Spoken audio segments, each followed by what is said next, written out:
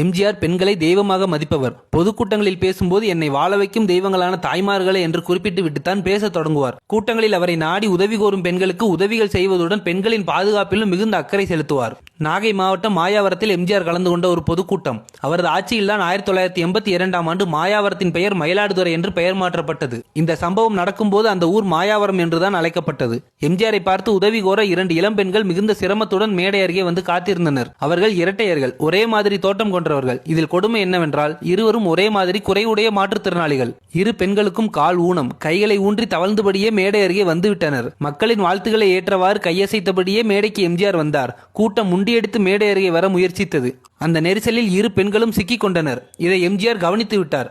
உதவியாளர்களிடம் சொல்லி அவர்களை அழைத்து வர சொன்னார். அந்த பெண்கள் இருவரும் எம்ஜிஆரிடம், ஐயா, உங்கள் உதவி கோர வந்திருக்கிறோம், எங்களுக்கு உதவி செய்யுங்கள் என்றனர். அவர்களை மேடையில் ஓரத்தில் காத்திருக்க சொன்னார் மக்கள் திலகம். கூட்டத்தில் பேசி முடித்ததும் அந்த சகோதரிகளை எம்ஜிஆர் அழைத்தார். அவர்களது நிலை கண்டு பரிதாபப்பட்டு, உங்களுக்கு என்ன உதவி வேண்டும் சொல்லுங்கள் என்றார். அந்த பெண்கள், ஐயா, வறுமையால் கஷ்டப்படுகிறோம், எங்களுக்கு தையல் மிஷின் வாங்கி கொடுத்தால் நாங்கள் தொழில் செஞ்சு பொழைச்சுக்குவோம், அதுக்கு உதவி பண்ணுங்க என்று கெஞ்சும் குரலில் கேட்டனர். உடனே 2 தையல் மிஷின்களை எம்ஜிஆர் வாங்கி வர சொன்னார். தன்னிடம் உதவி கோருபவர்கள் தெளிவாக சொல்லாவிட்டாலும் அவர்களது தேவை என்ன என்பதை சரியாக புரிந்து கொண்டு உதவுபவர் எம்ஜிஆர். தையல் மிஷின்கள் வாங்கி வருமாறு சொன்ன மறு வினாடி ஓடோடி சென்ற உதவியாளர்களை அழைத்து, காலில் தைக்கும் மிஷின் இல்லை, கையில் தைக்கும் மிஷின் என்று தெளிவாக சொல்லி அனுப்பினார். அடுத்த அரை மணி நேரத்தில் 2 புது தையல் மிஷின்கள் காரில் வந்து இறங்கின. அதுவரை காத்திருந்து தன் கையாலேயே அந்த பெண்களுக்கு தையல் மிஷின்களை எம்ஜிஆர் வழங்கினார். அதை பெற்றுக்கொண்ட சகோதரிகள் இருவரும் கண்ணீருடன், ஐயா, நீங்க தெய்வம் யா என்றனர். அவர்களது கண்ணீரை துடைத்த எம்ஜிஆர், நான் மனுஷன்தாமா, தெய்வம் இல்ல, இந்த நிலைமையிலும் உழைச்சி பிழைக்கணும்னு நினைக்கிறேன், நீங்க நல்லா இருக்கணும் என்று சொல்லி வாழ்த்திவிட்டு அவர்களுக்கு தலா 2000 அன்பளிப்பாக கொடுத்தார்.